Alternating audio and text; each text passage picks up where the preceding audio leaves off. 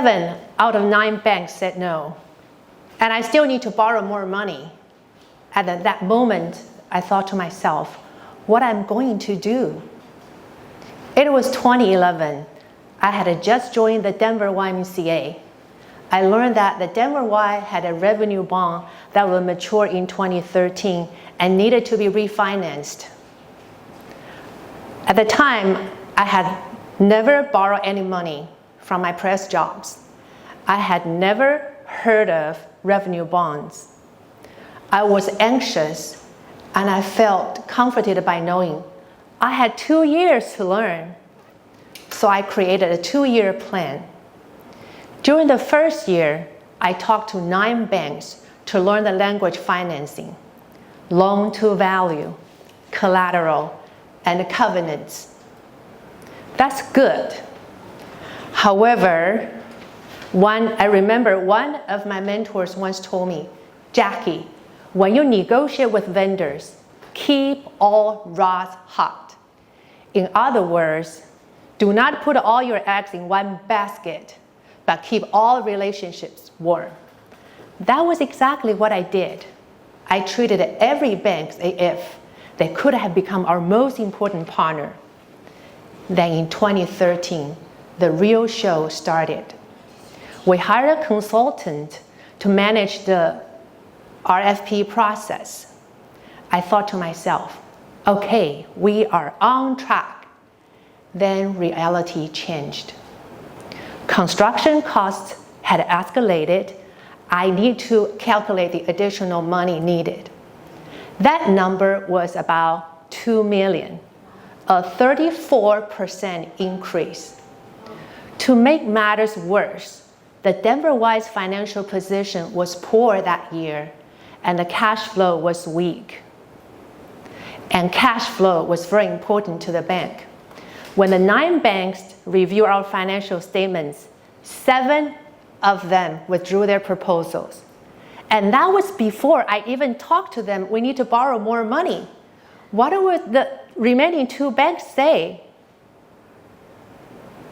I turned to my consultant for advice, and I told him, hey, we need to borrow more money.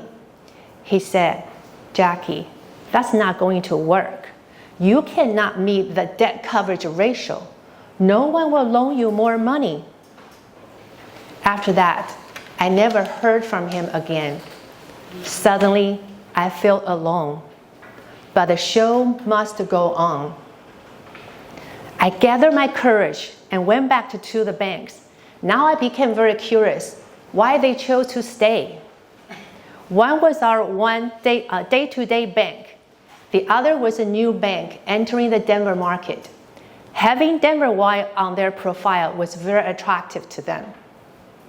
However, cash flow was still the biggest problem. I worked very hard to give the bankers peace of mind. I mentioned, if we were truly short of cash, we could temporarily fall back on our restricted cash to service the debt.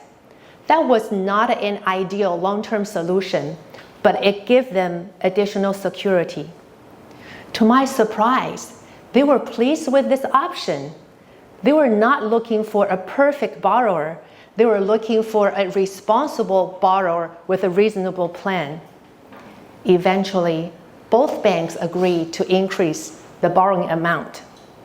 When I completed this deal, I was relieved. More than that, I just realized I had my first real negotiation under pressure. That experience taught me 3 lessons about negotiation. First, always negotiate from a place of strength. When we negotiate, we often look at what we lack before we see what we have. But negotiation asks us to ask a different question.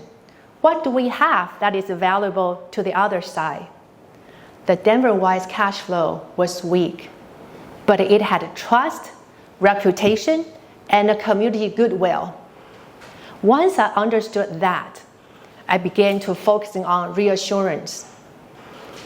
Second, do your homework. Negotiation begins before the meeting. You cannot negotiate on something you do not understand.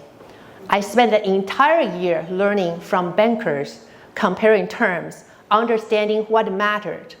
That preparation gives me confidence to keep negotiating under pressure.